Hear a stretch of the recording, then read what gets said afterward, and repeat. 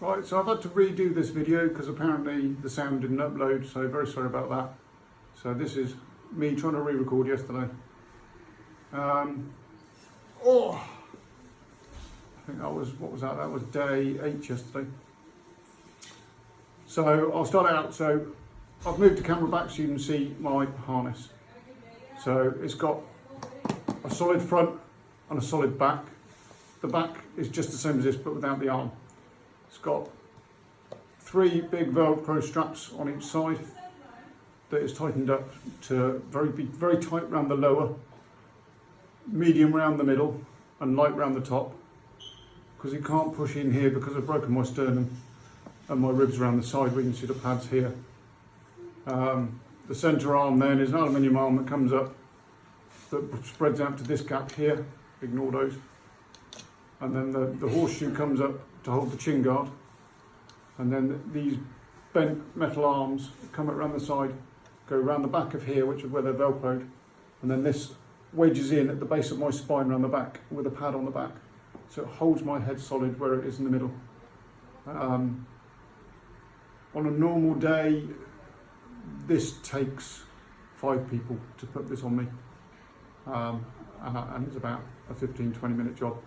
We're getting slightly better at it, we're getting more used to it, and my mobility is getting a little better. Hopefully we might get it down to a team of 2 or 3. It takes a bit of getting used to, that's for sure. It's not light. You are being pushed at some very funny angles. So if I try and tip myself sideways, I can't really see whether I'm in the shot because I can't turn my head, but it gives you an idea of what it's doing. The straps to the side are just like straps to hold everything onto the bottom. They don't really do a lot, to be honest. Yesterday is a day I had no planned physio booked in. I had a few visitors, so my in-laws came over, Rick and Diane, and they stayed for a good few hours, which was lovely, and we had a good old chat. But my main job yesterday morning was actually to start the vlog. So I led in bed yesterday morning, and as you gather, they all looked quite similar to start with, and it was me trying to recall my first 4 or 5 days really after the accident and what had gone on. Things were quite a blur.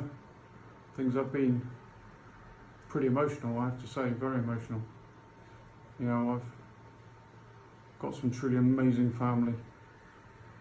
You know, Liz and Zach have been out of this world, and you know, my family, Liz's family, our friends, distant friends, long lost friends, Facebook friends, anybody, you know, you've all been amazing, and we appreciate all the support and everything else we've got. It's quite something. So yesterday, I didn't do a lot. I went for a walk up and down the corridors 6 or 7 times, which,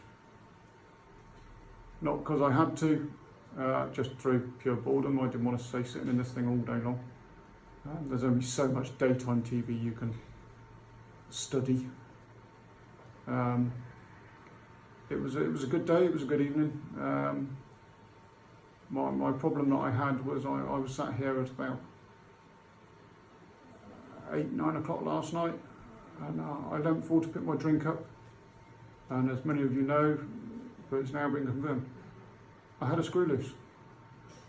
In fact, I had a couple of screw looses, and they fell out, and they fell on the floor, followed by some washers and some bolts, and my harness had started disintegrating. It wasn't quite locked in tight enough.